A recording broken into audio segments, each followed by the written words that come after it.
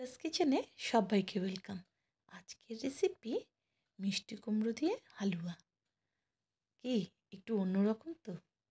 মিষ্টি কুমড়ো দিয়ে হালুয়া, গাজরের হালুয়া খেয়েছি, সুজির হালুয়া খেয়েছি, মিষ্টি কুমড়োর তো খাইনি। যাই হোক, আজকে কিছু ইউনিক বলেই আপনাদের সামনে শেয়ার করলাম, দেখে নিন। যাই হোক, প্রথমে একটু মিষ্টি কুমড়োগুলিকে বেশ ভালো করে পরিষ্কার করে নিতে হবে। তারপর একটা গ্রেটার দিয়ে এইভাবে করে ঘষতে হবে। ঠিক গাজর যেভাবে করে ঘষেন সেইভাবে করে ঘষতে হবে। মোটামুটি প্রসেসটা ওই একই। গাজর আর মিষ্টি কুমড়োর খুব একটা আলাদা না। দেখে নিন, দেখলে কিন্তু গাজরেরই মনে হচ্ছে। কালারটাও বেশ সেই অরেঞ্জ অরেঞ্জ, তাই না? খুব একটা প্রেশার লাগে না, কারণ মিষ্টি কুমড়োগুলি তো এমনি খুব নরমই থাকে, খুব একটা শক্ত তো হয় না। অনেকটাই হয়ে গেছে, একদম হচ্ছে গাজর। ব্যাস হয়ে গেছে। দেখুন কালারটা কি ভালো লাগছে না দেখতে, পুরো অরেঞ্জ একদম, খুব ভালো লাগছে দেখতে। যাই হোক, একটা কড়াইয়ে একটু বেশি করে ঘি দিতে হবে। হালুয়া বলে কথা, ঘি না হলে কিন্তু হবে না। এটা কিন্তু ঘিয়ের মধ্যেই হবে ব্যাপারটা। একটু বেশি করে ঘি দিতে হবে। তারপর ঘিটা গরম হয়ে আসলে, যাই হোক মনে হচ্ছিল কম হবে, আর একটু দিয়ে দিলাম।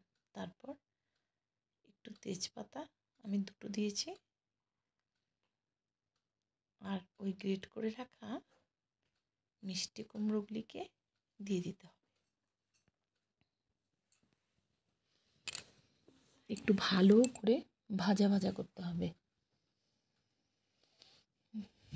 তারপর ঢাকা দিয়ে দিচ্ছি, একবারে ভাজাও হয়ে যাবে আর তার সঙ্গে সেদ্ধটাও হয়ে যাবে।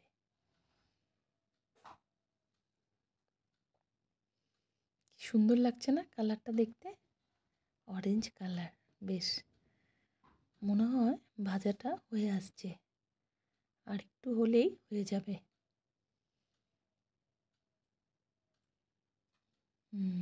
এখন কিছুটা দুধ একটু ঘন করে দিয়ে দিতে হবে।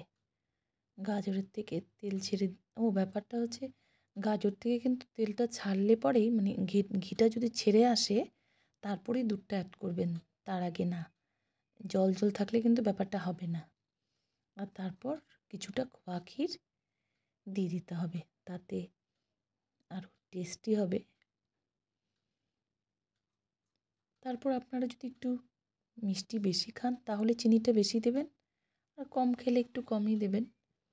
আর কিছুটা ড্রাই ফ্রুটস, সে আপনার যা ইচ্ছে, কাজু কিশমিশ কাঠবাদাম একটু কুচি করে দিলেই ভালো লাগে। উপর থেকে ছড়িয়ে দিয়ে